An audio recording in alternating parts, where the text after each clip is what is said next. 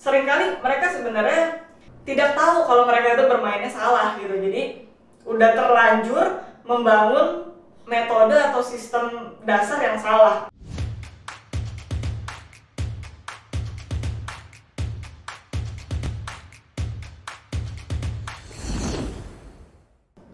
Halo teman-teman, welcome back to channel Deora. Hari ini saya mau bagi 3 alasan kenapa sih biasanya orang yang belajar otodidak itu berhenti di tengah jalan atau akhirnya jadi nggak pengen main gitar lagi karena berasa kok kayaknya susah banget ya belajar gitar. Nah, alasan yang pertama menurut saya yang paling kuat adalah susah dapetin struktur dari belajar otodidak. Terutama kalau kita belajar otodidaknya dari internet ya.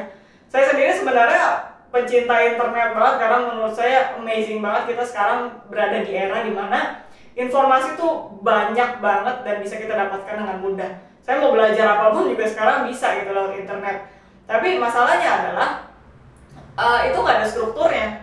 Kalau saya mau mempelajari sesuatu, let's say saya belajar musik tapi saya mau belajar apa ya, misalkan menguasai marketing gitu, atau saya mau belajar bisnis gitu.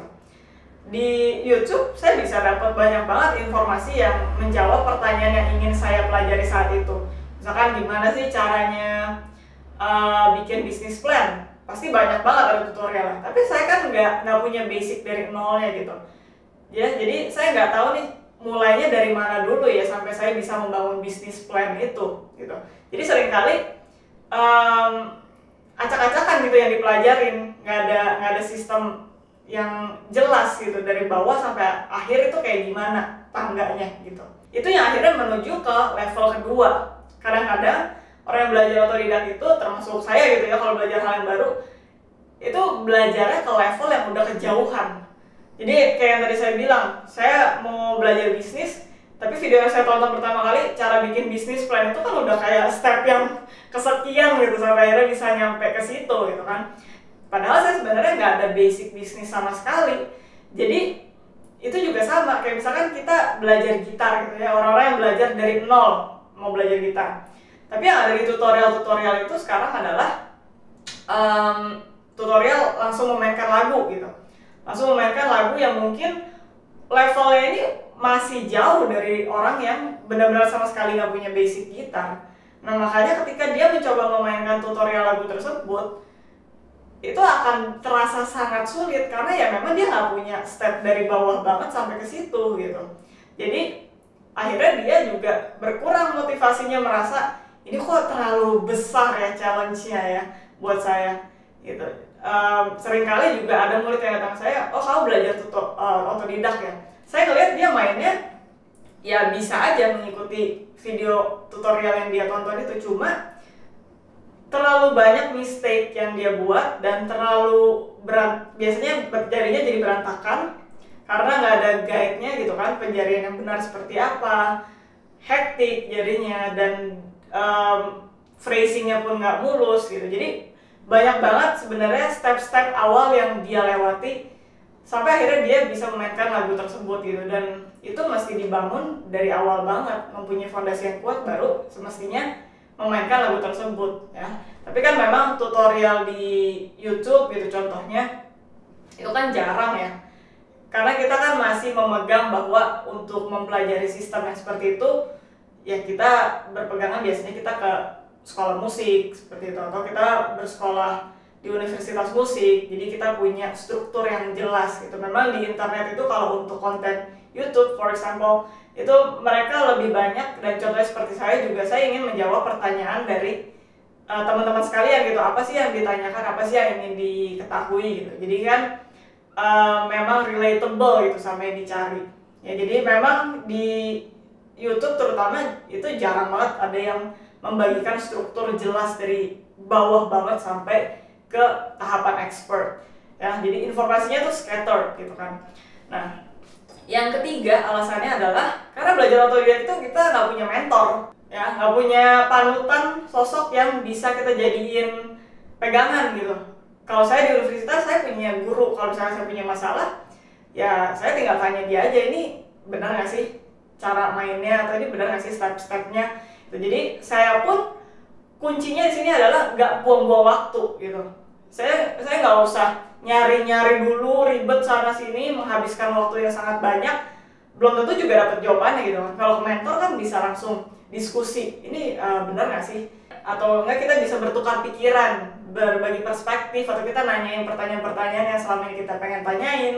Kalau di sosial media atau kita belajar sendiri itu kan kadang kita nggak punya akses langsung ke orang tersebut gitu kan. Jadi itu yang menyebabkan kadang yang belajar otodidak juga seringkali mereka sebenarnya tidak tahu kalau mereka itu bermainnya salah gitu. Jadi udah terlanjur membangun metode atau sistem dasar yang salah, makanya akhirnya itu tidak bisa berkembang lagi ke skill yang lebih jauh. Jadi itu 3 alasan kenapa menurut saya belajar otodidak itu kurang disarankan kalau memang kamu mau mahir ya, atau at least bisa lah sampai ke tahapan intermediate gitu. Jadi boleh aja belajar otodidak kalau misalkan udah mempunyai fondasi dasar yang kuat, atau at least kamu cari dulu fondasi yang kuat ya. Jadi ini menyambung juga tipsnya kalau dari saya adalah kalau kamu mau belajar otodidak, karena saya juga suka gitu ya belajar hal-hal baru, itu juga saya pelajarin banyak banget dari internet. Satu adalah kamu cari tutorial yang benar-benar terpercaya ya. Jadi bukan yang latar belakang orang yang buatnya nih nggak jelas apa gitu.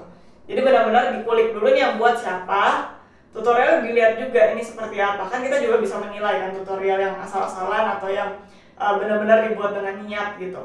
Nah yang kedua, setelah cari tutorialnya, cari tahu juga ini orangnya siapa. Dan kalau bisa, kalau saya sih biasanya ya belajar sesuatu hal yang baru, saya cari orang yang benar-benar expert di bidang itu. Saya kalau bisa tonton materialnya dari dia dulu semua. Ya, jadi saya nggak pindah-pindah ke channel-channel satu ke channel yang lain gitu, karena nanti jadinya campur aduk gitu. Kecuali saya udah punya basic yang kuat, saya mau dapetin perspektif dari si A, si B, si C gitu, itu nggak apa-apa sih gitu. Cuma kalau untuk awal membangun benar-benar dari nol, biasanya saya tontonin dulu nih video-video di channel orang ini gitu. Apa yang bisa saya gunakan untuk membangun fondasi dasar dulu gitu. Jadi semoga itu bermanfaat. Kalau misalkan teman-teman emang pengen belajar gitar secara terarah, ada strukturnya gitu ya, dari benar-benar nol sampai tahapan at least teman-teman akhirnya bisa jadi mandiri gitu ya, belajar sendiri. Itu saya sudah mempersiapkan juga, ada course yang bisa teman-teman lihat di bawah, ada offernya juga di situ, offer yang saya tawarkan untuk saat ini. Itu teman-teman bisa cek di deskripsi, ada linknya. Dan kalau misalkan teman-teman mau belajar nih, mau langsung bertanya langsung gitu, daripada udah belajar terlanjur salah gitu ya, mending ditanyakan langsung. Teman-teman bisa join juga di komunitas Tribe Gitar 101 saya. Di situ kita bisa sambil bareng-bareng belajar. Ya, jadi nggak terlanjur teman-teman udah belajar jauh, tapi ternyata salah, ntar harus ngulang lagi dari awal gitu. Jadi di situ bisa sambil kita tanya jawab, kita membantu sesama member yang lagi belajar juga. Oke, itu aja video hari ini. Semoga bisa bermanfaat buat teman-teman semua. Tulis di komentar juga kalau ada pertanyaan. I'll see you guys in the next video. Bye.